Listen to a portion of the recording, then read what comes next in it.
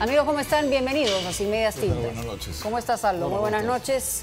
Vamos a tener un panel muy importante, vamos a hablar de temas económicos, pero antes, hoy hubo encuesta en América Televisión, tenemos la encuesta de Ipsos y vamos a dar a conocer la ficha técnica, y lo que vamos a dar a conocer también es que ha habido un cambio aparentemente en la intención de voto. A 2 semanas de las elecciones, de la primera vuelta electoral, es muy importante saber cómo andan las cosas. Vamos con la ficha técnica. Encuestadora Ipsos Perú, encargada por América Televisión, 1.734 simulacros, es la muestra. Fecha de la aplicación entre el 22 y 24 de marzo, margen de error más o menos 2.3%, nivel de confianza 95%. Y vamos con el primer cuadro. Simulacro de votación. Keiko Fujimori, votos emitidos 32.1. Votos válidos, o sea, sin blancos y sin nulos, 38.7. Pedro Pablo Kuczynski, 16%, que se traducen en votos válidos 19.3. Verónica Mendoza, 12.1, que se traduce en votos válidos en 14.6. Alfredo Barnechea, 11.1, que se traducen en 13.4. Alan García, 6.2, que equivale a 7.4 en votos válidos. Sigue el simulacro. Sigo yo. Alejandro Toledo, votos emitidos 2%, votos válidos 2.4. Gregorio Santos, de 1% pasa a 1.2 en votos válidos. Nano Guerra García, 0.9 a 1.1. Otros, 1.5, 1.9, hay como 10 candidatos mezclados. Blanco Viciado, 17.1, evidentemente no están votos válidos. Así es, vamos con el siguiente cuadro que tiene que ver con el Congreso, que hemos insistido aquí es igualmente importante que la fórmula presidencial. Fuerza Popular, votos emitidos 24.5%, votos válidos 36.9%. Peruanos por el Cambio, 12.9% en emitidos, 19.4% votos válidos. Frente Amplio, 7.5% emitidos, 11.2% votos válidos. En Acción Popular, 6.1% votos emitidos, 9.2% votos válidos. Alianza Popular, 6% emitidos y válidos, 9.1%. Seguimos con el cuadro de simulacro de voto Nacional Congreso. Alianza para el Progreso, votos emitidos 3.8, votos válidos 5.8%. Solidaridad Nacional, UPP, 1.8%, en emitidos, votos válidos 2.7%. Perú Posible, 1.5%, en emitidos y válidos 2.3%. Otros, 2.3% en el primero, emitidos, votos válidos 3.4%. Blanco o viciado, ahí es mucho más alta la cifra, 33.6%. Mauricio, si puedes poner el primer cuadro, porque tenemos aquí, hemos bajado el cuadro de la encuesta anterior del 21 de marzo. Del 21 de marzo. El 21 de marzo, que también es de Ipsos. ¿Tienes el primer cuadro presidencial? Ahí está.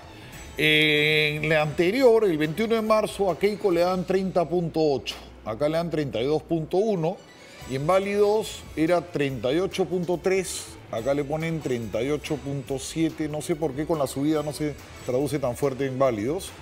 Kuczynski tenía 15.1, acá tiene 16 en la nueva y que se traduce en 19.3, de 18.7.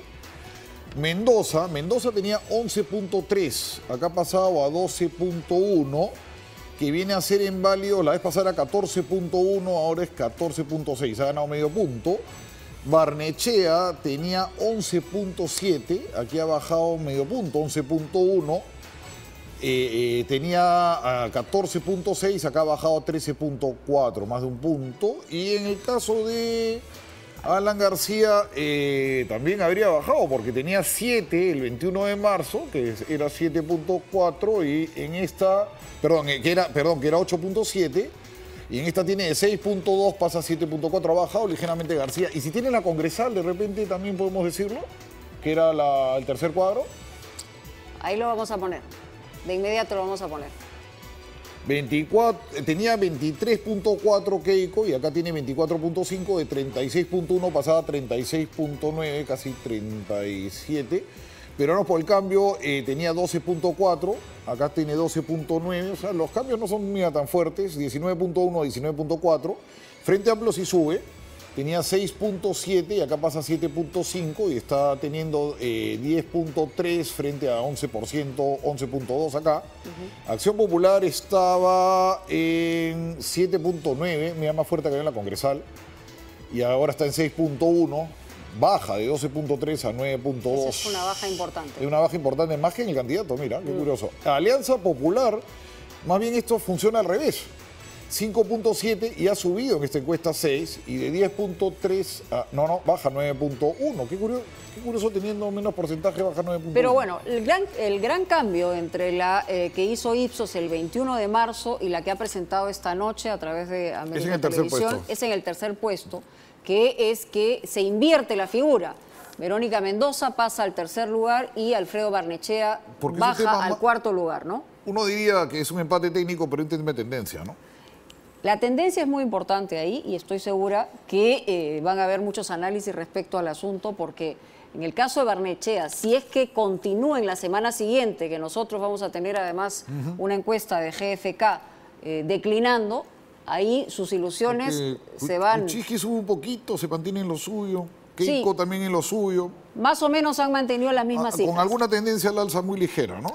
Muy bien. Hoy día hemos preparado para ustedes en Sin Medias Tintas la presentación de un panel. Como hicimos la semana pasada, estamos tocando temas de fondo. La verdad que la pobreza intelectual de esta campaña electoral es evidente. Todo este tema del Jurado Nacional de Elecciones, de los excluidos o los que están por excluir o no excluir, han generado una sensación muy complicada. Y adicionalmente, Aldo, hay que señalar que han habido demasiados adjetivos y lo siguen habiendo. Muy pocas ideas, ¿no? Poquísimas ideas. No ha habido, ni siquiera hay promesas como el balón de gas a 12 soles, y eso tenemos. La semana pasada hablamos del tema de seguridad, hoy vamos a hablar de un tema que también es muy importante y es el tema económico, que es finalmente lo que tiene que ver con el bolsillo. Y hemos invitado a todos los representantes, los que están, los voceros que están en los primeros lugares en las encuestas, incluyendo al vocero del APRA, pero no ha habido respuesta y no ha venido. Entonces, quienes han venido, por supuesto, le damos la bienvenida y empezamos a saludar al señor Dancourt del Frente Amplio, está también el señor Enrique Vázquez de Fuerza Popular, está el señor Jorge Chávez de Acción Popular y está Alfredo Dorne de Peruanos por el Cambio. Le damos la bienvenida. Hemos hablado de la mecánica de esta semana para hacerlo mucho más interactivo. Vamos a ir con 2 minutos cada uno y la pregunta es para los 4 la misma. En los primeros 100 días de gobierno, eventualmente de llegar, 3 propuestas, reformas en el plano económico que marcarían el inicio, digamos, de su gobierno. Esto dentro del marco de una economía que está en un frenazo económico, que se le ha caído la beca a China, entonces queremos saber qué hacen, porque evidentemente se ha notado que el crecimiento está ralentizado, ¿no? Claro. Sobre todo en manufactura y construcción. Y la dirección se nota al principio. Señor Dancourt. Bueno, buenas noches. El punto principal del programa es, digamos, a partir de la situación actual, la economía urbana se ha paralizado, lleva 2 años paralizada. Según el último reporte de inflación, este sería el tercer, también se ve en el PBI no primario. Y la apuesta del programa del Frente Amplio liderado por Verónica Mendoza es, para empezar, impulsar la economía usando una mezcla de política monetaria expansiva, crédito abundante y barato, que es exactamente lo contrario de lo que se está haciendo ahora. Se está subiendo la tasa de interés, nosotros planteamos que se baje. En segundo lugar, una política fiscal expansiva, un incremento de la inversión pública a 2 puntos del PBI, que es lo contrario de lo que se ha hecho en los últimos 2 años, 14 y 15, 2014 y 2015. Y en tercer lugar, un incremento de la remuneración mínima vital del salario mínimo a 1.000 soles, que básicamente incluye 2 cosas: la recuperación por la inflación, que eso lleva el salario mínimo a agosto, digamos, de 2016 a 850 soles, La compensación por el incremento de la productividad, eso lo deja en 920, 930 soles y un incremento hasta 1000 soles para compensar algo del retraso histórico de los salarios. Muy bien, tiempo, exacto. Vamos con el señor Vázquez.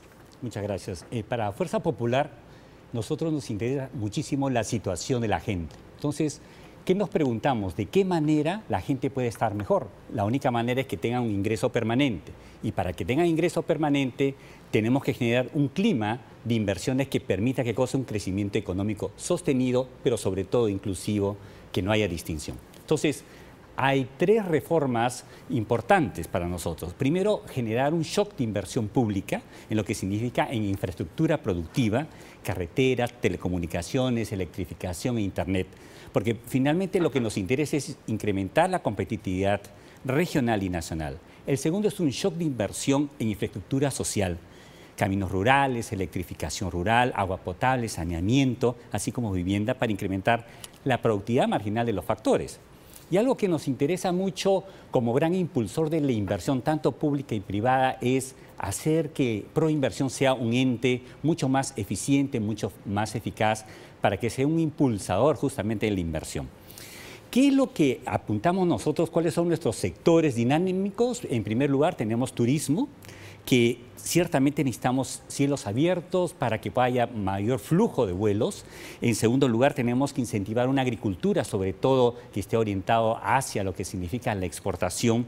Fíjense ustedes que a los finales de los 90 la agricultura exportaba no más de 900 millones y ahora estamos llegando a los casi 5.500. Pero lo importante es promover que se pueda triplicar la exportación, sobre todo a mercados del exterior.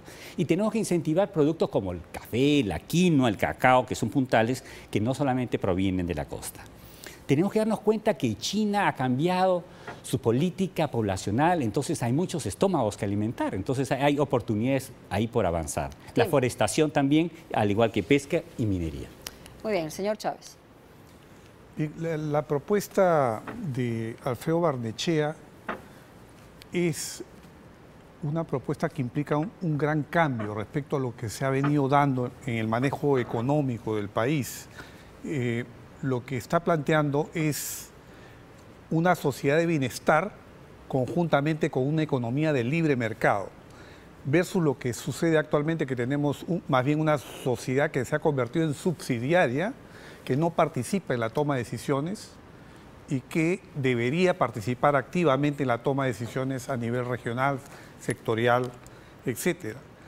Y en contrapartida de una economía de libre mercado, lo que hemos tenido básicamente es una economía mercantilista, con grupos económicos, con una concentración muy alta en los distintos sectores.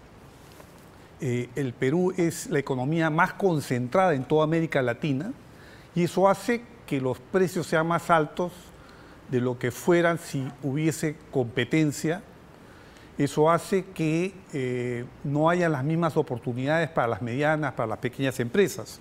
Por lo tanto, lo que planteamos es un cambio importante y que tiene que estar orientado hacia el forjar un proceso de industrialización del país, o sea, una economía industrializada que genere valor agregado.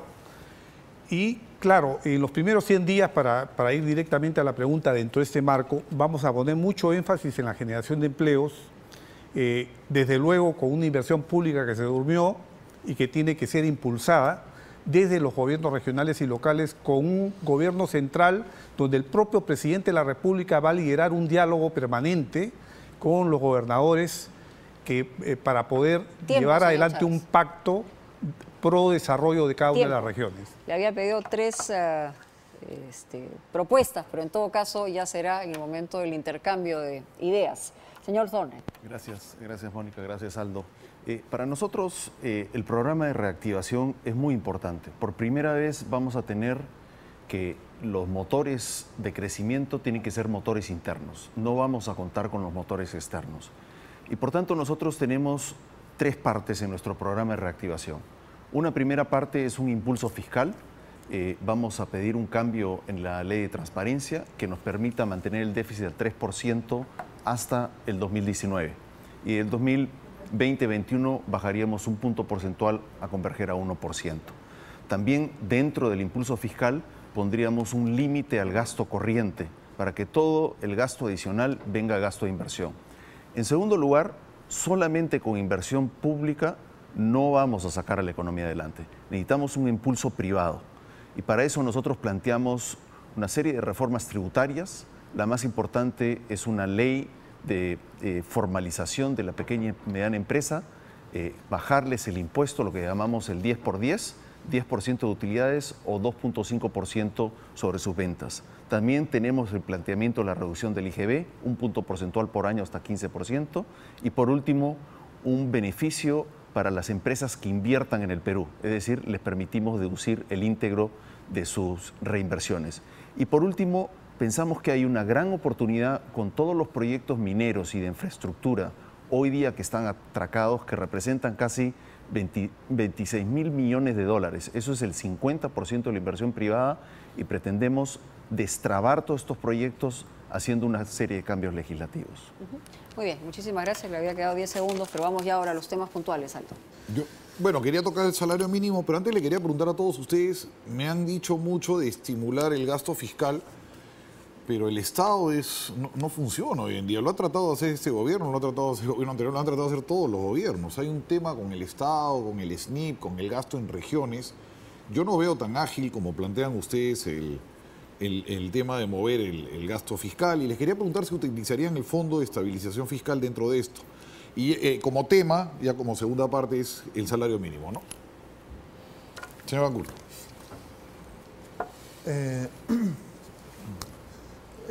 El problema principal con la inversión pública es que es la variable de ajuste del presupuesto. ¿Qué es lo que ha pasado en estos últimos 2 años? Se caen los precios de los minerales, se cae la recaudación tributaria y el gobierno ajusta el gasto. ¿Qué gasto es el que se ajusta? No es el gasto corriente, se ajusta el gasto de inversión. No es la primera vez, así ha sido por lo general. Y entonces empieza la discusión de por qué se cae la inversión pública. Y aparecen 1000 teorías, cuando la explicación es simple y sencilla.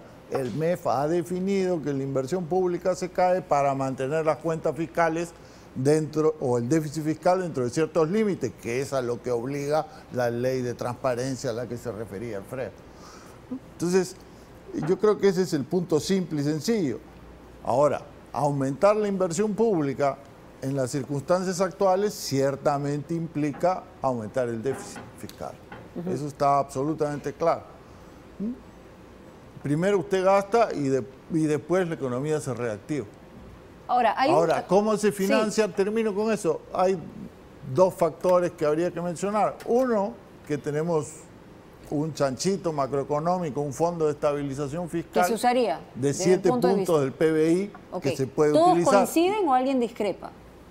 Y en segundo lugar tenemos una deuda pública baja, 21, 22% del PBI, que es de las más bajas en América Latina. Así que espacio fiscal para hacer una política fiscal expansiva, para aumentar la inversión pública hay. Lo que podemos discutir, a ver, eso es lo que quisiera yo. Alfredo, a ver, las coincidencias y las discrepancias, para ver cuáles son las diferencias entre lo que plantean, porque si todos están de acuerdo, vamos a ser felices todos los peruanos. Nosotros creo que lo hemos planteado bien claro. Nosotros pensamos que la reactivación no se puede dar solamente por el sector público. Ahí compartimos algo con lo que se ha dicho, lo que ha dicho Aldo. Creo que la experiencia del año pasado, en el cual la inversión pública se cayó 14% cuando debió aumentar. Este año el Banco Central nos dice que va a aumentar casi en 10%. Yo tengo mis dudas, pero lo importante es la aritmética. Hoy día el sector público representa el 20% del gasto, el sector privado el 80%.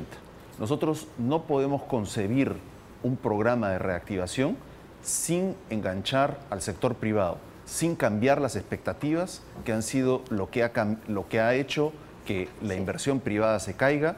Este año el Banco Central espera de que no aumente la inversión privada y podemos gastar muchos minutos, pero la verdad es que ha sido el motor del crecimiento y el motor del rápido crecimiento de este país. Quisiera tocar el tema que se habló, que es el sueldo mínimo vital. Aquí se han ofrecido en diferentes formas, digamos, 1.000 soles ofrece el Frente Amplio, PPK habló aquí en este mismo programa, 850, ¿no? Fuerza Popular, no sé si tiene una cifra, y en el caso de Acción Popular tampoco lo sé. Entonces, ¿de dónde? Del mismo cuero van a salir las correas, y quienes podrían afectarse más son los medianos y pequeños empresarios que van a tener que romper chanchito o votar gente. No sé, o sea, entre 1.000 y 850, no sé cuál sería el verdadero planteamiento para la gente. A mí me gustaría enlazar el tema anterior con este, ¿no? En primer lugar, para Fuerza Popular sí nos interesa muchísimo que el sector privado sea un motor importante, pero para que este motor realmente camine y genere el empleo y sobre todo el trabajo decente que necesitamos, tiene que haber un sector público dinámico, muy eficiente, muy eficaz y que sepa manejar los recursos públicos, ¿no? O sea, son 138.000 millones de soles del presupuesto que hay que administrarlo muy adecuadamente. Entonces, hay que tener claridad sobre la disponibilidad del recurso y el uso máximo. Pero por de ese eso es lo que recurso. queremos saber, porque claro, yo creo que coinciden todos en que hay que ser más eficaz, más eficiente, mejorar, en fin. Pero cosas más concretas. Más concretas, por ejemplo, el caso de Fuerza Popular, percibir. creemos el equipo técnico en crear un centro de gobierno que se comprometa, que al cabo de los 5 años del gobierno de Fuerza Popular podamos lograr las metas que, por ejemplo, todo lo que implica desarrollo sostenible, el tema de pobreza, el tema de desigualdad, el tema de trabajo decente, ciudades saludables, salud y educación de calidad. Entonces, lo que sí nos interesa detrás de todo ello es cómo es que este Estado va a responder a las expectativas de la gente. Para nosotros, el delivery del Estado es fundamental. Entonces, sí es importante que como aparato administrador de tanto dinero pueda impactar en la vida de las personas. Y una de ellas, para terminar y vincularlo ahora con el tema del salario mínimo vital, nosotros creemos que OIT debe ayudar al gobierno para hacer el protocolo para que el Consejo Nacional del Trabajo pueda definir el procedimiento de cómo precisar el tema del salario mínimo vital y dar la potestad, sí o no, el Estado va a definir montos. Yo lo que no entiendo es que el salario mínimo vital lo quieren subir en un momento de frenazo económico. Las empresas no tienen caja. Entonces lo que va a suceder de algunas experiencias que yo he tenido trabajando es que votas a Pedro para subirle a Paco. Porque tienes el problema de que no hay caja ahora, señor Dancur, no hay caja. Entonces, si tú le dices, bueno, súbele a este, le subirás, pero votarás otro más para sacar la caja. Yo lo he visto varias veces. Claro, pero eso no es tan ser fácil. Pertinente las medidas en el momento adecuado. No es tan fácil. Subir a 1.000, 1.500 sería lindo, pero no es tan fácil. Mínimo en un entorno de desaceleración económica y de una alta incertidumbre internacional sería muy contraproducente, porque lo que va a generar es mayor informalidad, va a generar una reducción del nivel de empleo y además un acogotamiento de las pequeñas y microempresas, ¿no? Que son las que no pueden pagar un salario mínimo vital. Ahora, propuestas de 1.000 soles, yo creo que la verdad que eso es muy delicado en estos momentos. Sí creo que hay que estudiar para el futuro el poder determinar salarios mínimos diferentes por sectores y por tamaño de empresas, que en otros países se da. O sea, salario mínimo diferenciado. Diferenciado porque no es lo mismo que, por ejemplo, Saga y Ripley paguen un salario mínimo a que lo pague un microempresario, que no va a formalizarse, sino que los que son pequeños y micros, lo que se va a volver a la informalidad. Ahora, buscando coincidencias, yo comulgo con lo que ha planteado Alfredo en el sentido de que hay que manejarse con un déficit fiscal un poco mayor en una circunstancia de incertidumbre como la que tenemos, que debería ser un 3%, coincido, pero no pasar de un 3%, porque más del 3% significa que va a caer la calificación de riesgo del Perú y vamos a, por lo tanto, elevar las tasas de interés con las cuales se financian las empresas peruanas. ¿Qué es afuera. más factible? Lo que me señalan Peruanos por el Cambio, que hay que subir el sueldo mínimo a 850, o, como ha dicho el señor Dancur, 1.000 soles. Yo creo que en todo caso sí hay que hacer un ajuste, tendría que ser un ajuste por inflación por el momento, y no poner, más importante es construir una sociedad de bienestar integral, dar medidas aisladas. Les pido por favor ingresos. que el señor Torne, que también ha hecho alusión al... Hay muchas preguntas en la mesa. Sí. En primer lugar, el salario mínimo. Nosotros siempre hemos dicho que el ajuste del salario mínimo es un ajuste por las productividades pasadas. El salario mínimo no ha mantenido relación con la productividad, si es que la tomamos del 2001, pero Pablo hizo la presentación en el CADE. En segundo lugar, el salario mínimo solamente afecta a las grandes empresas. Nosotros no podemos fijar el salario mínimo de las empresas informales. O sea, esta idea de que yo voy a poner un salario mínimo para una empresa que emplea entre 10 y 20 trabajadores, yo pienso que es una ilusión. Okay. En ese mercado no existe el salario mínimo. Tercer lugar, nosotros somos, como Peruanos del Cambio, los únicos y los primeros que hemos propuesto un programa de formalización. Permítame, justamente, señor Dancourt, porque Sí. está aludido, digamos, No, a la eso cifra, es. que él es el único que ha dado la cifra hoy día. Así es. Aquí nos estamos olvidando de una cosa, y es que el salario mínimo en términos reales ya cayó. De 750 soles que tenía en junio de 2012, ahora ha caído, y para julio, si vamos a poner julio de 2016, va a caer pues 13, 14%. Pero Los Ya ingresos de las empresas también han caído. Ya se redujo el costo real de mano de obra por esa razón. Así que cuando uno dice vamos a regresar el salario mínimo a 850 soles, lo único que uno dice es estoy recuperando el nivel que tenía hace 3 o 4 años. Pero han caído los ingresos de Una las segunda- empresas, ojo. Esa es la otra ese es el cuestión. cuero que sale, Esa es la ¿verdad? otra cuestión. El salario mínimo y el salario en general no solamente es un costo, es un elemento de la demanda, ¿correcto? Y tenemos experiencias en el Perú enormes sobre qué pasa cuando se caen los salarios reales. Se cae la demanda, se cae el consumo, se cae el empleo, etc. Y lo que puede generar es mayor informalidad también. Ahora, cuando... última cuestión. Entonces, el asunto de la inversión pública y los impuestos, ese es el otro tema al que quería Pero eso, referirme. un segundito, señor Dancourt, porque vamos a tener que ir por partes y vamos a tener que poner temas. Sobre En eso- una frase, le voy a rogar. Una frase nomás. Por favor. Hay dos vías de impulsar al sector privado desde la política fiscal, ¿cierto? Una es aumentando la inversión pública y la otra es reduciendo los impuestos. Entonces, podemos preguntarnos, ¿qué hizo este gobierno? El señor Segura, a fines de 2014, bajó los impuestos. Según el Fondo Monetario, 2 puntos del PBI. Según el Banco Central, 1 punto del PBI. ¿Y qué fue la otra cosa que hizo? Redujo la inversión pública. ¿Y cómo estamos ahora? ¿En una reactivación? No. La economía urbana Ok. extiende su paralización. Vamos a otro tema. ¿Puedo replicar? Sí, por favor, pero en un una segundo. frase. O sea, vayamos, Muy concreto. Vayamos a ver la historia. Desde el 2006 al 2015, el gasto público aumentó en 300%. ¿Tenemos mejor educación? ¿Tenemos mejor salud? ¿Tenemos mejores pensiones? No. Entonces, si yo voy a tu propuesta de que el señor Segura bajó los impuestos, vayamos a la propuesta más grande. Somos muy ineficientes en gastar el dinero público. Nosotros nos hemos comprometido Bien. a que bajamos los impuestos y eficientamos la economía. Otro Eso tema es- que le interesa a la gente. Un tema que le interesa a la gente creo que es el tema de la SUNAT. Vale. Finalmente, o sea, ha habido también propuestas respecto a la SUNAT. Muchos hasta la han maldecido. ¿Qué piensan ustedes? Y empiezo por la izquierda ahora para terminar. Mira, hay dos temas, dos grandes temas. Un tema es de que hoy día no recaudamos lo que deberíamos de recaudar. Ya, pero ¿cómo recaudamos y qué O sea, hacemos? lo que hay que hacer es que hay que reducir la evasión, hay que reducir la informalidad y hay que hacer que la economía crezca. Por otro lado, hay que mejorar la administración tributaria. Hoy día la SUNAT tiene el doble de planilla de lo que tenía al comienzo de este gobierno, tiene cerca de 15.000 empleados y recaudamos menos. Y seamos sinceros, abrámoslo.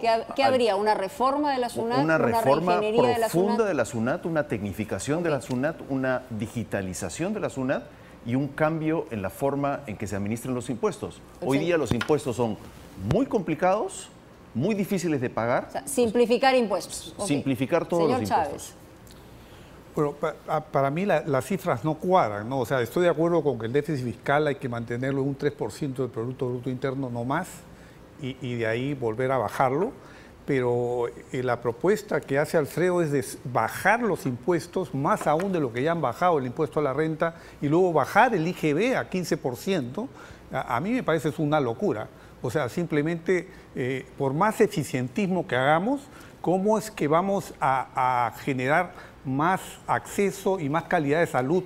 ¿Cómo es que vamos a ampliar la cobertura de educación y vamos a elevar la calidad educativa?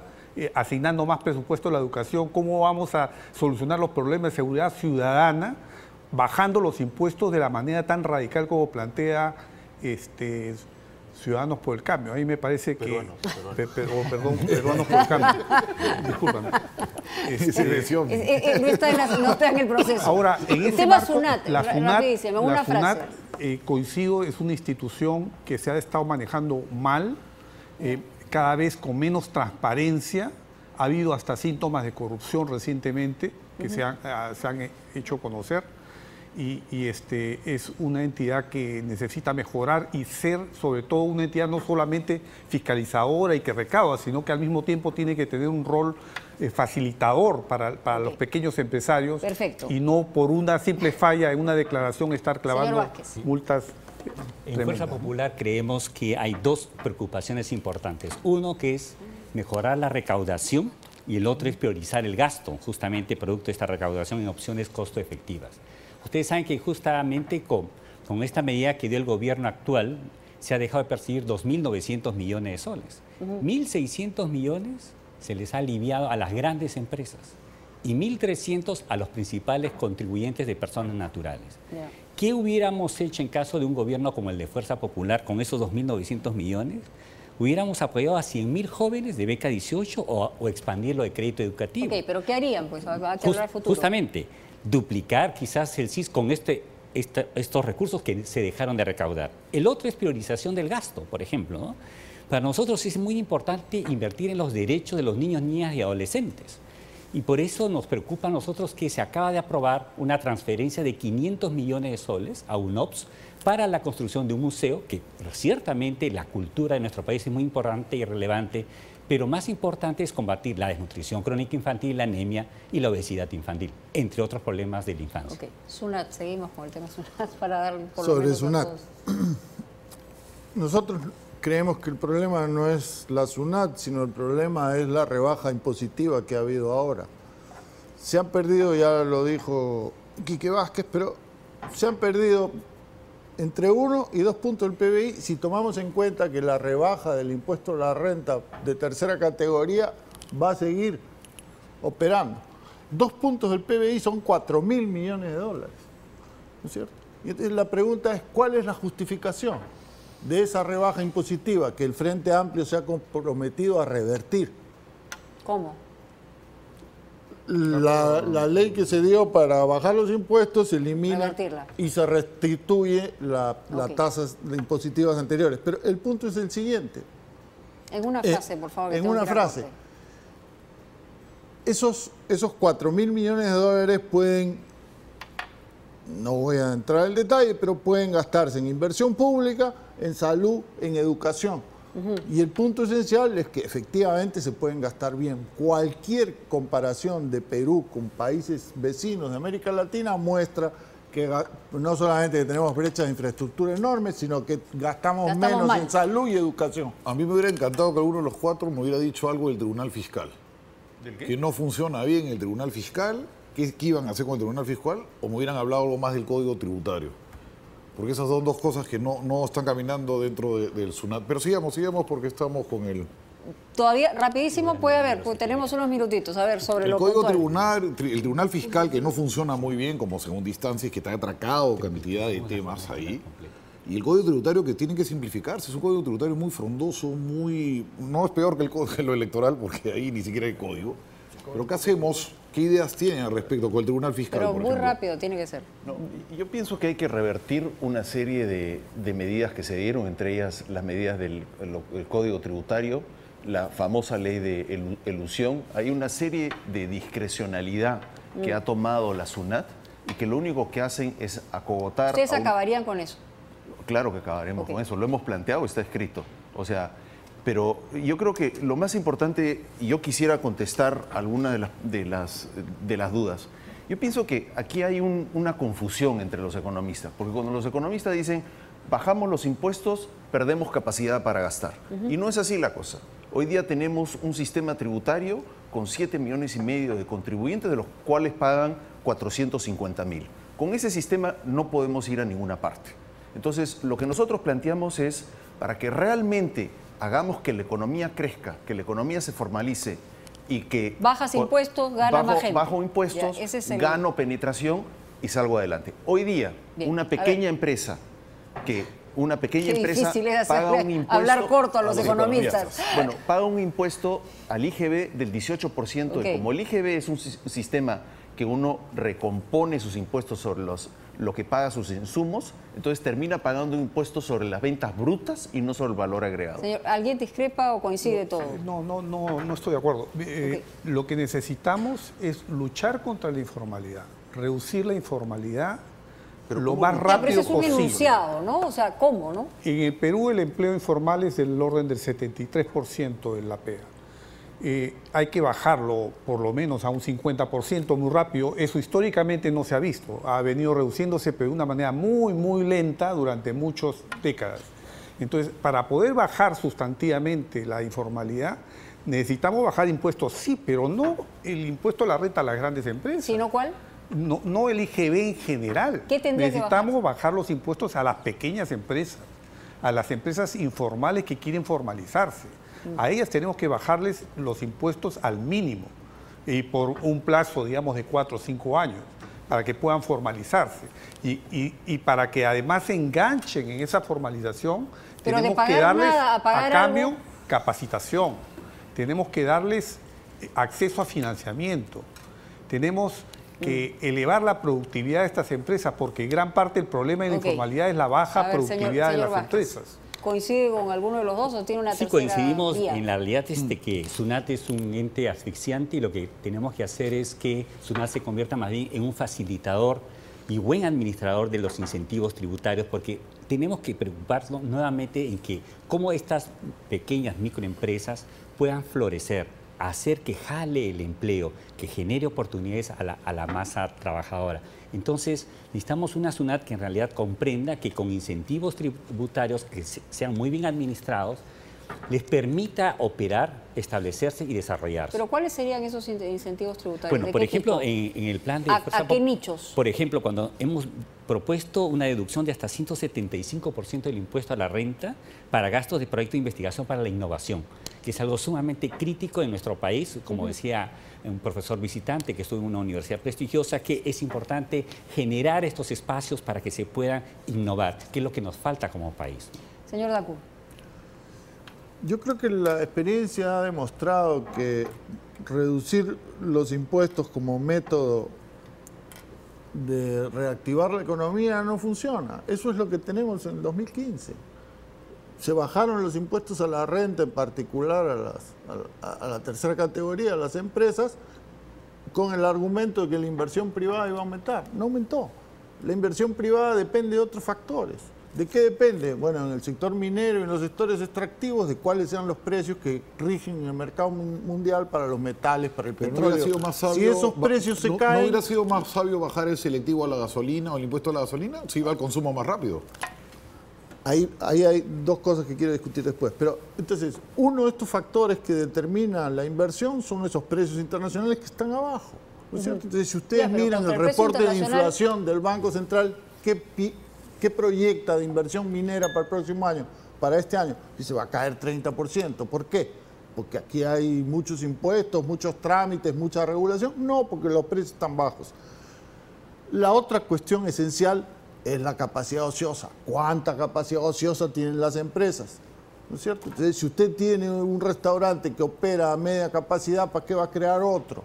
Es elemental, pero esas son las cuestiones básicas que determinan la inversión, no los impuestos. Vamos a ir a una pausa, ya vamos a regresar con nuestro panel el día de hoy. Estamos tocando el tema económico. Sabemos que es a veces complicado manejar, digamos, variables económicas para que el promedio de la gente pueda entenderlo, pero es muy importante porque tiene que ver con el bolsillo de cada uno de nosotros Así que estemos atentos, porque depende de esos planteamientos la posibilidad de que los próximos 5 años o caigamos o nos detengamos o podamos crecer como el país lo necesita. Ya volvemos.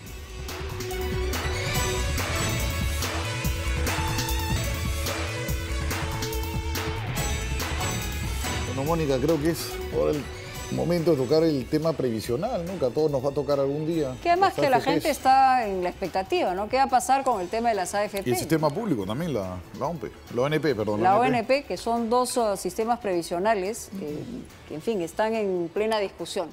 Y yo le voy a pedir al señor Thorne, quiere responder algo, pero yo le voy a rogar, si quiere usted responder algo a una de las alusiones que se han hecho, lo hace, pero muy breve, y entramos al tema de AFP. 2 minutos. O sea, el No, uno nomás. Un minuto. No. El planteamiento es de que el señor Segura bajó los impuestos y eso nos ha costado 1%. Hay que reconocer que lo más estable que hemos tenido en esta desaceleración es el gasto de consumo privado. Y eso se debe, en parte, a que el señor Segura bajó los impuestos. Entonces, esta idea de decir los impuestos no tuvieron ningún efecto, solamente un efecto fiscal, a mí me parece que es un poquito exagerado de parte de mis colegas. AFP. En el tema de la AFP. Previsional. Cuatro propuestas. Una pensión mínima dentro del sector privado. Nosotros lo que hemos planteado es que, al igual que la ONP, el sector privado tenga una pensión mínima garantizada. En caso que su AFP no les pueda pagar la pensión, el Estado le paga su pensión mínima. Segundo lugar, menores comisiones. Tenemos que transitar a un mecanismo de menores comisiones. Pensamos que podemos llegar las comisiones a 1% del 3%. Tercer lugar, algo que ya está copiado en la propuesta que se va a discutir mañana, es de que se pueda tomar hasta el 20% de nuestra propuesta del fondo pensionable como garantía para un crédito hipotecario o personal. Y por último, mayor competencia en el sistema privado de pensiones. Libre disponibilidad del 95.5%, que es lo que aprobó el Congreso. No, Comisión de Economía. Por lo que entiendo, un partido propone de que se pueda utilizar el 25% como garantía para un crédito hipotecario. Señor Chávez.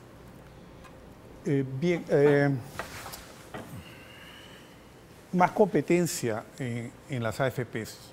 Eso va a contribuir a que las comisiones bajen. ¿Cómo se promueve mayor competencia? ¿Entrando otras AFPs? Otras AFPs y Bancos, podría seguros. también ingresar... Bancos, seguros, sistemas de otra Claro, naturaleza. otro tipo de entidades que también puedan... ¿Entidades externas también? Desarrollar productos de ahorro, digamos, a largo plazo, ¿no?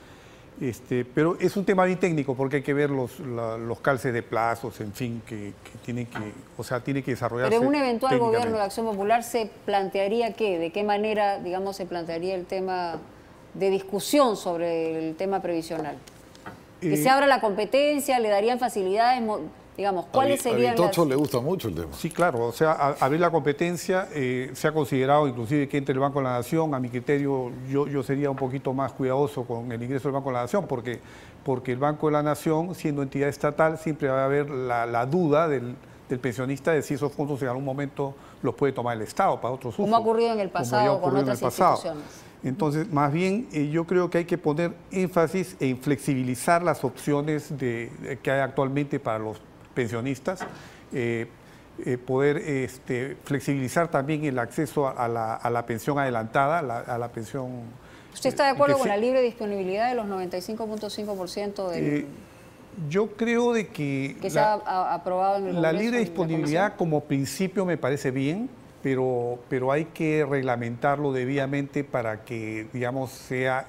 porque el principio para mí que debe primar es que el ahorro que se genera que se ha generado con el sistema privado de pensiones es muy importante para la economía del país. Entonces, ¿no está de acuerdo con esa libre disponibilidad tal y como está planteado hoy? Estoy de acuerdo con el principio, pero hay que reglamentarlo debidamente para cuidar de que el fondo como tal sea siendo una herramienta importante macroeconómica, ¿no?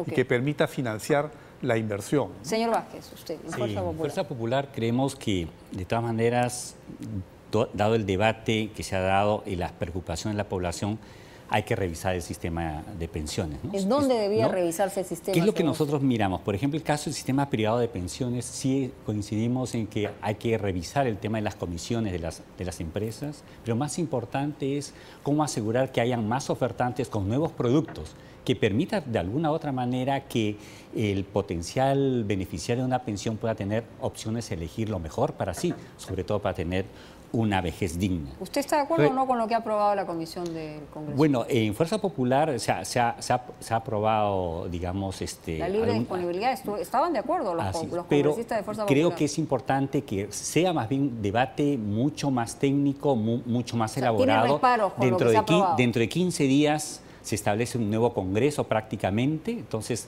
creo que es importante que ellos puedan tener una voz. Pero quería terminar con 2 ideas más.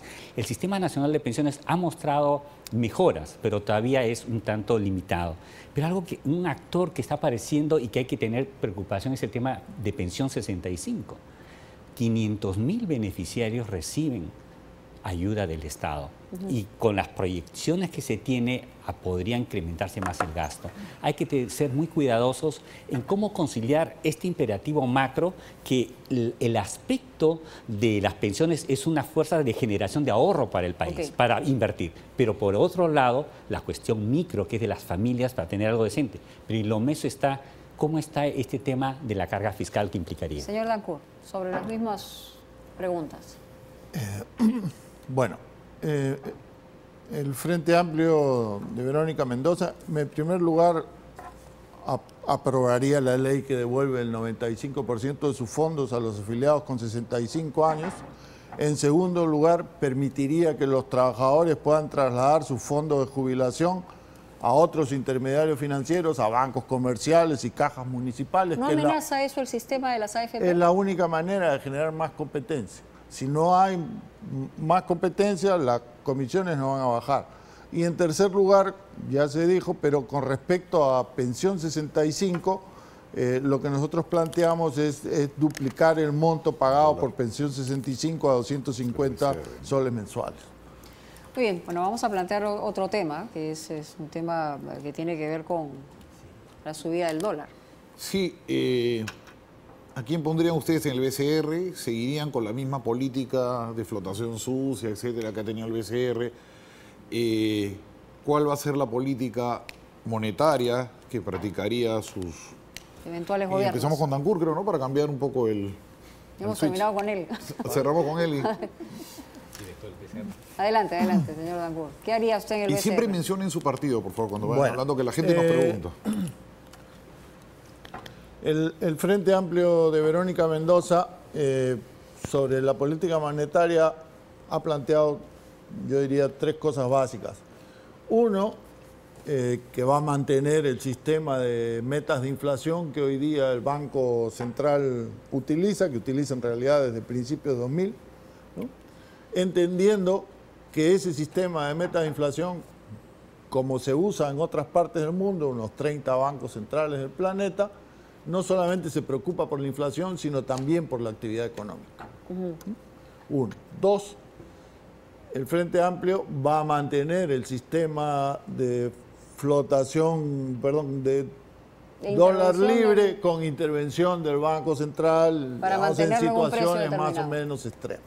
Y 3, el Frente Amplio ha planteado que el Banco Central debiera bajar su tasa de interés de referencia, lo que genera con el sistema actual, lo que genera crédito más abundante y más barato para apoyar la reactivación de la economía. Y el Banco Central está haciendo ahora justamente lo contrario. Solo una cosita, ustedes han sido muy críticos con el uso de reservas para la devaluación. Quisiera escuchar sobre eso antes de pasar al... La idea es simple. En primer lugar, hay una discusión sobre cómo se miden las reservas.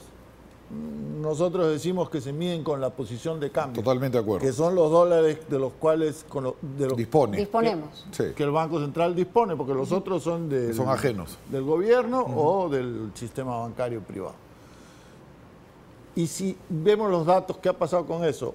Teníamos 50.000 millones de dólares a principios de 2013 y hoy día tenemos 25.000 millones de dólares. Pues, la mitad se han gastado para impedir que el dólar suba. En general, en principio, la idea está bien. La pregunta es, ¿podemos seguir gastando dólares a ese ritmo? Bueno, da para otros 2 años, ¿no? Okay. Y las presiones sobre el dólar al alza van O sea, ¿usted hubiera a durar dejado que flote más rápido? Lo único que digo yo es que esa política no es sostenible. No se puede continuar esa política por 4 años más. No da. Señor Vázquez. Sí, en Fuerza Popular estamos muy convencidos de lo que significa lograr estabilidad macroeconómica. Y es importante cómo oferta agregada y demanda agregada puedan conciliarse. Y por ahí tenemos que buscar que haya mucha sintonía entre lo que hace el Ministerio de Economía y Finanzas y lo que hace el Banco Central de Reserva. Evidentemente, el Ministerio de Economía y Finanzas tiene su rol y tiene que ser un articulador de esfuerzos del Poder Ejecutivo. Pero el BCR tiene que ser absolutamente independiente, ¿no? Tiene que ser muy independiente. No significa que el uno esté sujeto al otro, sino que haya sintonía, que es otro concepto, ¿no? Y la sintonía, evidentemente, para nosotros es importante que la preocupación sobre cumplir el rango beta es crucial. ¿Y por qué? Porque a partir de ello se genera un elemento clave que es ser predecibles, a generar cierto grado de certidumbre para que los agentes que deciden, familias, empresas, gobierno, sector comercial... Pero eso se ha logrado. Sí. ¿Qué cambiaría o qué sería? Nosotros mejoraríamos de alguna manera esa capacidad técnica y más bien copiar de las buenas prácticas que tiene el Banco Central de Reserva en otros entes. Por ejemplo, paralelamente, Superintendencia de Banco y Seguro, los órganos reguladores, porque sí se necesita que este Estado, para lograr el delivery adecuado en la población, sea muy técnico y eficiente, independientemente de lo que sea un partido que esté en el gobierno. Señor Chávez. Por Acción Popular y nuestro candidato Alfredo Barnechea, la estabilidad económica es fundamental.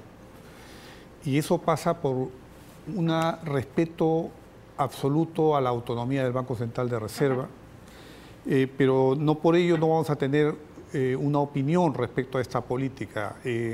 La política monetaria tiene que ser contracíclica, lo mismo que la política fiscal, ¿no? O sea, cuando hay desaceleración económica, tiene que contribuir a que esa desaceleración ¿Está haciendo lo que debe hacer hoy el BCR? ¿O yo creo que el BCR distinta? no lo ha estado haciendo bien. Okay. El BCR ha estado, cuando se produjo la crisis internacional del 2008, reaccionó muy tarde, recién en el 2009 comenzó a reducir la tasa referencial, se demoró mucho. Eso hizo que se desacelere la economía, que estaba creciendo como 10% a 0.9%. Pudo crecer la economía peruana tranquilamente 5% si hubiera reaccionado más rápido el Banco Central. Ahora último, lo que está haciendo también es subir la tasa referencial de una manera además un poco... ¿Y ustedes qué harían? Yo creo que el Banco Central debería ponerse a utilizar tanto las reservas internacionales para jugar con el tipo de cambio, porque ya está demostrado que los hackers cibernéticos lo intervienen al Banco Central y le generan ganancias permanentemente, sistemáticamente, y es así como se ve una caída muy abrupta de la posición de cambio del Banco Central. Bien. Y a pesar de eso el tipo de cambio se ha disparado, ¿no? Señor Forner. A ver, el Banco Central tiene en realidad 2 objetivos. Uno es estabilidad financiera y la otra son las metas de inflación. Yo pienso que la razón por la cual el Banco Central ha venido subiendo sus tasas es precisamente para preservar la estabilidad financiera en el sistema financiero. O sea, ¿coincide con esa medida? Coincidimos con esa medida. Es más, es un rol que el Banco Central tiene que cumplir. De otra manera, hay lo que se llama una burbuja y el tipo de cambio simplemente se va y ya conocemos la historia. En segundo lugar, ¿qué podemos hacer para que no suba tanto las tasas de interés? Pues hay que combatir la inflación. Sucede que gran parte de la inflación viene por dos bienes. Uno, la gasolina, que no ha bajado a lo que debería bajar, y 2, la electricidad, que ha subido más en una industria que hay 40% de exceso de capacidad. Tercer lugar, nosotros queremos darle más independencia al Banco Central. ¿Qué planteamos? En concreto planteamos de que los periodos de elección del presidente del Banco Central sean traslapados con los presidentes del gobierno. Es decir, de que el presidente del Banco Central se elija a mitad del periodo presidencial y que tenga 3 directores, incluyendo el presidente. Los directores sean a tiempo completo y que el presidente se elija por un periodo de 5 años de tal manera que coincida. El segundo director se elija por 2 años y medio y otro por 7 años y medio. En tercer lugar, el encaje. Nosotros quisiéramos darle mayor rol de supervisión bancaria al Banco Central. Para la gente que no entiende, ¿de qué sirve? El encaje hoy día está siendo sobreutilizado por el Banco Central para prevenir el exceso de endeudamiento en dólares por las familias, ¿no? Es la famosa desdolarización. Lo que nosotros pensamos es que tiene un efecto secundario, es decir, que a la hora de poner controles en la endeudamiento en dólares, lo que hace es de que el crédito no crezca lo suficiente y no se genere este estímulo de crecimiento. Por último, el tema de reservas. Yo estoy en desacuerdo ahí con Oscar. Para mí, las reservas son las reservas internacionales totales. El Banco Central tiene una ventaja que no tiene ningún banco, y es que emite soles. Es decir, puede comprar las reservas que quisiera y puede inflar su balance y desinflarlo como quiera. Entonces, el hecho de que el Banco Central venda dólares dentro de ciertos parámetros lo debería de ser, porque es un instrumento adicional para manejar el tipo de cambio y para que se estabilice el tipo de cambio. El tiempo es muy tirano y van a tener solamente 1 minuto cada uno final. O sea que si usted quiere utilizarlo, señor Dancourt, en contestarle al señor Sorne, encantadísimo. Quiero utilizarlo porque este es el tema. 1 minuto. Subir la tasa de interés. Mientras, si el Banco Central sube la tasa de interés y el Ministerio de Economía aumenta la inversión pública o rebaja los impuestos, es como manejar un carro con un pie en el acelerador y el otro en el freno. A lo mejor no va a ningún sitio. Si uno quiere que el carro camine, hay que levantar el pie del freno, hay que bajar la tasa de interés y hay que pisar el acelerador, aumentar la inversión pública. Esa es una primera cuestión que me parece esencial. Si no, vamos a seguir discutiendo, pero no vamos a tener una manera práctica de mover la economía y generar empleos e ingresos para los peruanos que lo necesitan. En segundo lugar, el asunto de las reservas. Las presiones que han elevado el tipo de cambio, todos sabemos, vienen de afuera, básicamente. Pero esas presiones han durado ya un tiempo, ¿sí? De 2012, 2013, 20 segundos más, ¿no es cierto?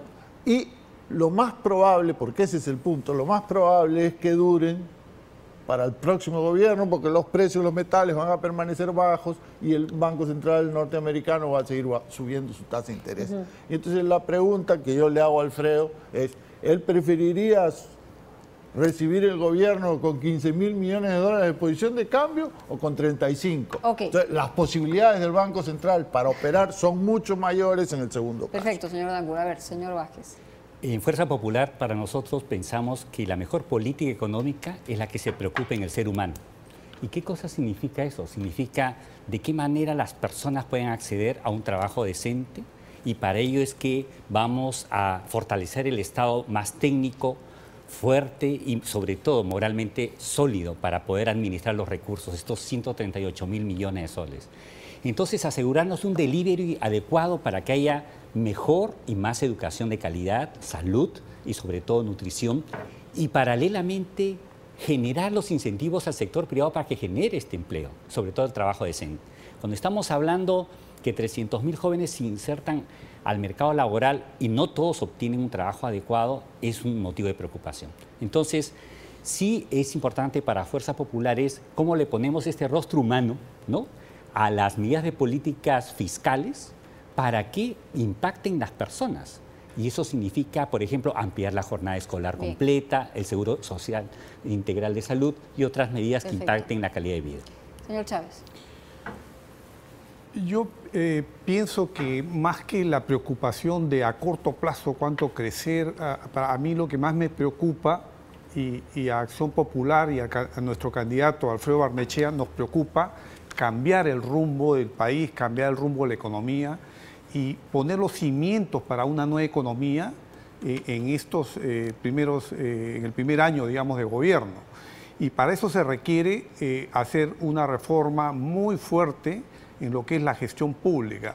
Somos un país totalmente fraccionado, con 25 gobiernos regionales, cada uno con sus propias estrategias, y el Perú se da el lujo de ser un país que no tiene una estrategia de desarrollo geográficamente planteada. No la tiene el CEPLAN, no la tiene el Ministerio de Economía y Finanzas. El Ministerio de Economía y Finanzas es un tapón para la inversión pública y también para la inversión privada. Y entonces eso tiene que cambiar el Ministerio de Economía y Finanzas, que tiene que ser una entidad totalmente diferente a lo que es ahora. Tiene que también haber un sistema de gobernanza en la cual los gobiernos regionales tienen que dialogar permanentemente con el presidente de la República y con los ministros de Estado, y no como ahora que prácticamente son mendigos que cada cierto tiempo tienen que venir a la capital a rogarles a funcionarios de tercer nivel para Una pregunta muy corta. ¿Cómo así ha pasado de ser el jefe del programa económico de Acuña al jefe del programa económico de El jefe del programa económico de Acuña ¿Estaba asesorando a Acuña, el no? señor, el ingeniero Pero usted está César en el equipo. Villanueva. Pero usted está en el equipo. Maximice hizo una labor profesional para hacer el plan del señor Acuña, pero eso, yo personalmente mi compromiso es con Alfredo Barnechea, ¿no? Señor Tornes, para terminar. Mira, a ver, yo creo que aquí hay un tema de fondo. El tema de fondo es cómo hacemos para que esta economía crezca. Un planteamiento es lo que plantea Óscar: bajemos la tasa de interés, estimulemos el gasto público y hacemos que el carro presione el acelerador y todo camine. Nuestro planteamiento es distinto. Nuestro planteamiento es de que lo que hay que empezar a cambiar es las llantas del carro, el motor del carro, es hacer que la economía sea más productiva, que nuestros mototaxistas puedan transferirse a tener unos carros de mejor calidad, de que nuestros hijos puedan ir al colegio y puedan tener una mayor capacidad de aprendizaje y eso se traslade en mayores sueldos. Para nosotros el tema central es de que haya rotación empresarial.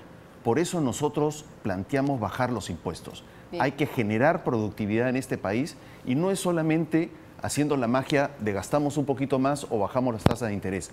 Al final de cuentas, eso importa en el corto plazo, pero en largo plazo lo que importa son nuestras reformas estructurales y es la formalización de este país. Muchísimas gracias a los cuatro por estar con nosotros aquí en Sin Medias Tintas. Creemos de alguna manera estamos aportando que por lo menos en esta pobreza intelectual que hay en esta campaña electoral hayan planteamientos que la gente pueda tener algunos elementos o unas herramientas adicionales para poder tomar su decisión final el 10 de abril en esta primera vuelta. Vamos a hacer una pausa, ya vamos a regresar con un tema distinto. Esta semana el jurado electoral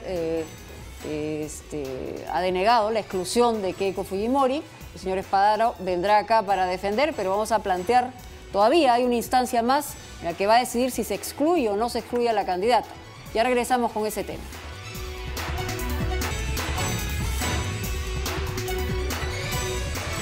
Muy bien, estamos con el señor Pedro Spadaro, defensor de Keiko Fujimori, en el caso precisamente de su exclusión o no. Ya el jurado electoral especial ha dado su veredicto y ahora está en el Jurado Nacional de Elecciones, que dará la última palabra. Esperemos que esta semana, ¿no? Bueno, esperemos, porque ya estamos a 2 semanas de las elecciones. Qué horror. Jonathan Castro nos tiene un reportaje para explicar en qué situación está.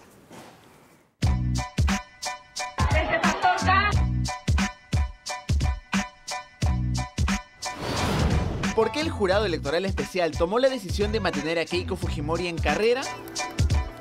En Sin Medias Tintas hemos preparado un breve resumen de los argumentos de esta resolución.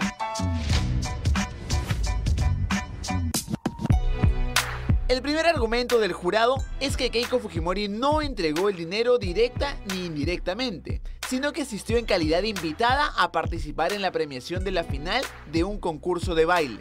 El segundo argumento que muestran es que no se trataría de una entrega de dinero a través de terceros. La resolución dice que la norma exige que se acredite que el dinero proviene del patrimonio del candidato, pero esto genera polémica porque eso no está desarrollado en la nueva ley de partidos ni en ninguna parte de esta resolución. El jurado también dice que no se puede concluir que el evento organizado por Factor K fue proselitista, y por el contrario, sí se puede decir que fue cultural. Y por último, dicen que el dinero de los premios salió de Alberto Compujo y la entrega de manos de Marcos Pichilingue. Ambos no se encuentran afiliados a Fuerza Popular, pero esto último es cuestionable. Compujo fue candidato al Consejo Regional del Callao por Fuerza Popular y Marcos Pichilingue tiene vínculos aún más sólidos con el fujimorismo. La participación del señor Pichilingue, que es el coordinador provincial de Fuerza Popular, no de Ventanilla, sino a nivel provincial, puede ser que no sido explicado con amplitud. En este video del 2013 que Heriberto Benítez presentó como prueba, se ve al congresista chalaco Pedro Espadaro diciendo que Pichilingue es coordinador provincial de Fuerza Popular. En la audiencia de este lunes, Espadaro hizo la de Pedro y lo negó. El señor Marcos Antonio Pichilingue Gómez no es afiliado a Fuerza Popular, como lo hemos demostrado. La participación del señor Pichilingue, que es el coordinador provincial de Fuerza Popular. Para reforzar la versión fujimorista, Keiko también ha dicho que no existe un comité de Fuerza Popular en el Callao, por lo que cualquier acto que ellos realicen ahí no es oficial. Pero hay videos que cuentan una historia diferente. Gracias, Marco, por tu participación, por el esfuerzo que realizas siempre. Hoy estamos orgullosos de que hayas sido elegido, no por mí, sino por la gente de Callao. Pichilingue no solo es una sombra en el pasado del fujimorismo, sino que el mismo 14 de febrero, horas antes de la entrega de los premios de la discordia, Pichilingue participó en la presentación de los candidatos fujimoristas en el Callao. A nuestra lideresa y próxima presidenta del Perú, a la doctora Keiko Fujimori. Los argumentos de la resolución dejan algunas dudas. En los próximos días, el Jurado Nacional de Elecciones tendrá que resolver la apelación interpuesta por Heriberto Benítez. Ahí veremos si la suerte de Keiko Fujimori sigue siendo la misma. Efectivamente, veremos si el Jurado Nacional de Elecciones ratifica o no esta decisión tomada por el jurado. 3 veces. No solamente eso, sino que hoy estamos en Pascua de Resurrección, hemos pasado la Semana Santa y recordemos que Pedro murió de cabeza, crucificado de cabeza por negar 3 veces lo mismo. A Cristo, A ver, ¿cómo entendemos esto? Porque en realidad es un recurso que se plantea, pero la percepción mayoritaria es que este señor Pichilingue sí, pues es un dirigente o ha sido un dirigente del partido, es parte del partido, o sea, era un acto proselitista en el sentido quizá no más estricto, pero era electoral. Entonces, ¿cómo responde eso, señor? A ver, en primer lugar, Aldo, Mónica, muchas gracias por la invitación. Voy a comenzar muy simple con lo siguiente. No es lo mismo este caso, el caso Fujimori, del caso Acuña. Queremos descartarlo absolutamente porque eso es lo que han venido, indicando la gente, que el señor Acuña lo sacaron por un tema económico. ¿En qué se diferencia? No es lo mismo, pero es igual. Digamos. No, perdóneme. Hay muchísimos temas. En primer lugar, el propio señor Acuña en su discurso emite un discurso económico meramente, les dice voy a ayudarlos en el tema de su muro de contención con 10.000 soles y a una señora voy a ayudarlo con 5.000 soles. Cuando Keiko Fujimori es invitada a un evento que no es proselitista, que es un evento artístico elaborado por Factor K y que además no puede ser un evento organizado, proselitista. No, pero es que es organizado por Factor K. Claro. Y perdóname, Factor K no tiene absolutamente nada que ver con el partido. Sí, obviamente hay una afinidad con Keiko Fujimori, pero no con el partido. En la estructura orgánica de Fuerza Popular no existe Factor K. Nosotros tenemos una Coordinadora Nacional de Juventudes o una Secretaría Nacional de Juventudes. Pero Keiko en Harvard lo menciona. No, pero a ver, ¿qué cosa es lo que menciona? Que hay obviamente una suerte, un colectivo, y esto está regulado incluso por el Código Civil, es un colectivo que están agrupados y que tienen afinidad con Keiko Fujimori. Eso no lo es. El argumento que usted señala es que en el formalismo de la estructura del partido no aparece Factor K. Por supuesto. Pero, digamos, es una base y un respaldo dentro de toda la campaña de Keiko Fujimori. Perdóname. Los jóvenes se identifican con Keiko Fujimori porque Keiko ha sido la única que ha apoyado este tipo de arte, de hip hop, del arte urbano, es decir, de una serie de actividades que ellos realizan.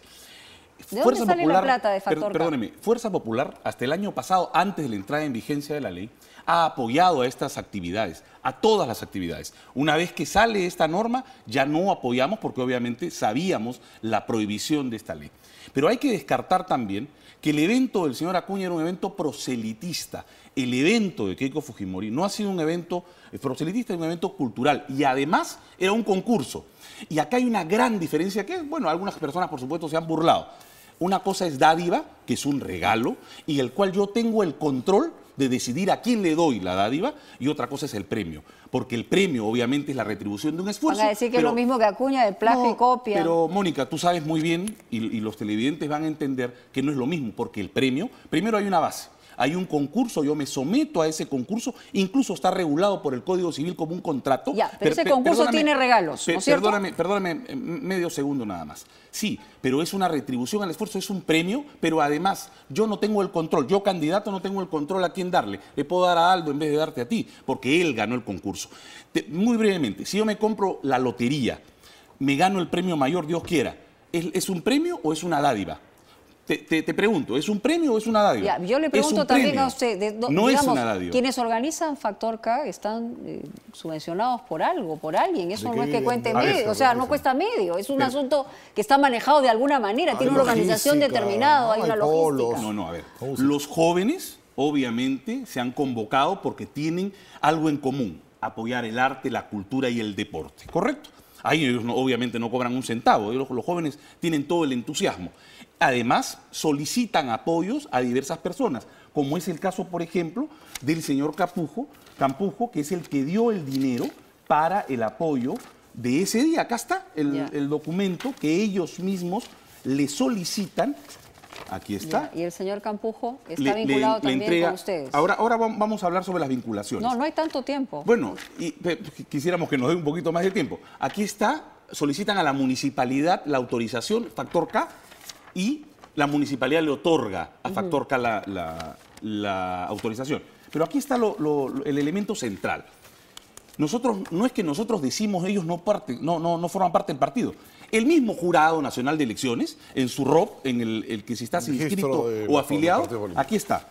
La señorita Alberto Campujo no está inscrito en el partido, no forma parte. Bueno, pero hay muy pocos militantes, es una cosa extraña, porque solamente hay registrados Perdóname, Mónica, al señor Guzmán lo sacan justamente de carrera porque quienes integraban su comité para elegir a sus candidatos no estaban afiliados. Y a mí nos quieren inculcar que debemos de tener a los no afiliados dentro del partido. No, son simpatizantes. Obviamente que son simpatizantes, no lo hemos dicho que no. Pero no forman parte del partido orgánicamente. Un poco yéndome un poquito a otro lado. ¿Por qué apoyaron ustedes esta norma, este disparate? Este disparate, en primer lugar, para que quede claro, lo presentó Ángel Delgado, ¿no? El artículo 42. Jaime Delgado, sí. Jaime Delgado. Pero no lo presentó con la exclusión, tengo entendido. ¿La exclusión es cierto que la pone Otárola? Bueno, entre Otárola... Usted estuvo ahí sentado, pues. Sí, claro. La puso Otárola. Entre Otárola y el señor Lescano también. Lescano también metió la mano. La exclusión la pusieron entre Otárola y Lescano. Aprobaron todos, ¿eh? Sí, claro. Pero, ¿y por qué votaron ustedes a favor de este disparate? A ver, porque el fondo de este tema es un tema importante. El que no te roben el voto, la propaganda, con una dádiva. Pero no saques tarjeta roja de frente, pues quítale la franja electoral, pone alguna tarjeta amarilla, pero no de frente. Por eso es que el jurado... Creo que más sincero sería, no nos dimos cuenta, estábamos pensando en otra cosa porque metimos la pata, ¿no? El fondo sí tiene razón, Mónica, nosotros no podemos permitir que justamente se compren los votos con refrigeradoras, con electrodomésticos, no. Es que así ha sucedido. Cambiada de fecha nomás, porque si no hay candidatos a congresistas que van a la reelección que también han regalado antes de la fecha. No se dieron cuenta que no podían sacar la tarjeta roja de frente, que eso debió ser gradual. El Jurado Nacional de Elecciones ha planteado, como no hay un reglamento, en sus considerandos en la resolución Acuña, ha planteado claramente en qué momento surte efecto una exclusión. Es por eso, y que además, dejando a salvo el tema, es que Keiko Fujimori no ha cometido ninguna arbitrariedad, no ha cometido ningún ilícito al violar esta norma, no ha violado esta norma, no ha entregado ningún tipo de dinero, no ha entregado ningún tipo de dádiva y, por supuesto, está ya digamos, refundada en esta resolución que esperamos, por supuesto, sea ratificada por el Jurado Nacional de Elecciones. Qué difícil es decir metimos la pata, ¿no? Sí, muy difícil. Sobre todo en el Perú. Aldo, perdóname. La norma es un disparate. Es que el fondo del tema está muy bien y tú pregúntale a la ciudadanía que seguramente... Pero no le cortas la cabeza a alguien que le duele la cabeza, ¿no? Perdóname. Es la forma de aplicar es justamente el Jurado Nacional de Elecciones que lo está aplicando adecuadamente. Y hay que leer las resoluciones del caso Acuña para darse cuenta justamente por qué está desarrollando el artículo 42. Antes que Mónica retome eso que está interesante una más. Heriberto Benítez. ¿Por qué aparece Heriberto Benítez, el hombre que blindó este gobierno para que no vaya al Poder Judicial por el tema de la red orellana? ¿Qué hace Heriberto Benítez siendo el principal sustentador, si el castellano me permite, de esta impugnación? ¿Y por qué se ve después con Víctor Islas en unas cevicherías? Bueno, porque... ¿Qué hay raro? A ver, o sea, a mí me él pide la exclusión de la señora Fujimori porque obviamente El señor sabe que se va a excluir no solamente del Congreso, tiene que ir a responder a la justicia, ya tú lo has dicho muy claro por el caso Orellana y por otros casos, la Centralita y en Ancas tiene bastante que... Y además, porque le debe muchísimo a este gobierno, les ha salvado efectivamente los votos del nacionalismo para que el señor no se le levante la inmunidad parlamentaria. Entonces, hablar de decencia del señor Benítez, por favor, ¿no? Ahora, tiene obviamente, mucho que aclarar a la justicia. Los pecados de otros no nos hacen santos, Sí, pero aquí el asunto final es que en la percepción de mucha gente es que la vara con la que han medido a Keiko Fujimori no es la misma que la de doble nosotros. rasero, ¿no? Hay un doble rasero donde se ve, hay un sobre, hay un señor pichilingüe que efectivamente dicen que no es dirigente, pero que sí es dirigente. Usted mismo lo señala el día 24 de septiembre del 2013, ¿no? En ese video que hemos visto, y lo llama usted coordinador general del Callao, o sea, parte del... Pero, entonces está vinculado al partido de Chilingüe, Fuerza la Popular. Santísima Trinidad, y tiene 3 personalidades. En el Callao, así como en otras partes del país, en donde no tenemos comités, y aquí está Mónica, del Jurado Nacional de Elecciones, también la relación de nuestros comités provinciales. Hay una suerte, obviamente, de organización que quieren ellos vincularse con el partido. Y en el caso específico hacen pues una votación, juramentación, comités de apoyo, etcétera, etcétera. Hay una serie de cargos honoríficos, pero que no tienen ni guardan relación con el partido oficialmente. Tú lo puedes ¿No negará que le verificar. parece raro una persona que pueda seguir con tanta pasión y con tanta devoción a una candidata o a un candidato no sea parte de un partido político? Hay una sensación de que hay una especie de gato encerrado, A ver, ¿no? aquí, primero no hay ningún gato encerrado. Lo que hay son los documentos que hablan y que no son de Fuerza Popular, son del Jurado Nacional de Elecciones. No forman parte del partido, no están afiliados al partido y acá están los documentos. En segundo lugar, el contexto hay que evaluarlo muy bien, Mónica. El contexto en donde se desarrolla este evento es un concurso. Y aquí te tengo las fotografías le he visto los videos, de horas antes. No, perdóname. De horas antes. Son horas antes. ¿Keiko funda Factor K? No, forman los jóvenes. Factor K lo forman los jóvenes, obviamente ¿Hace cuánto tiempo? con una afinidad de ella. Creo que en el 2011 o 2012. O sea, durante no sé. 5 años, digamos, ha tenido una vinculación directa con pero con tienen ellos. una afinidad con ella, no con el partido. Nunca lo hemos negado. Pero mire, este es el evento. Aquí no hay ningún cartel proselitista. ¿Cuándo se puede decir que hay carteles? Cuando llega justamente Keiko y los candidatos al Congreso. Pero eso no lo hace un evento esta es proselitista. una parte del Bueno, evento, pero ¿no? aquí está, los jóvenes. Sí. O sea, hay 6 horas de los jóvenes están bailando y Keiko llega en la última hora solamente como invitada a la premiación. Y lo ha dicho, perdóname, hoy día salió un video del ganador de brasileño. Nos están ratificando, primero que ha sido un concurso, que lo han invitado no Keiko ni el partido político, sino jóvenes para que realicen el baile.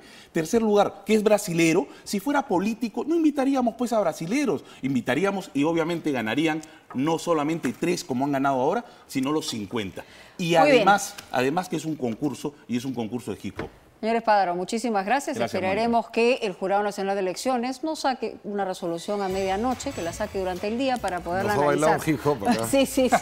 Bueno, hay que hacerle las preguntas. Con los Él documentos está en la en su mano. trabajo de abogado defensor y nosotros de preguntones. Claro Muchas que sí. gracias. Gracias a ustedes. Muchas gracias. Tenemos que ir a un corte y ya regresamos con lo último.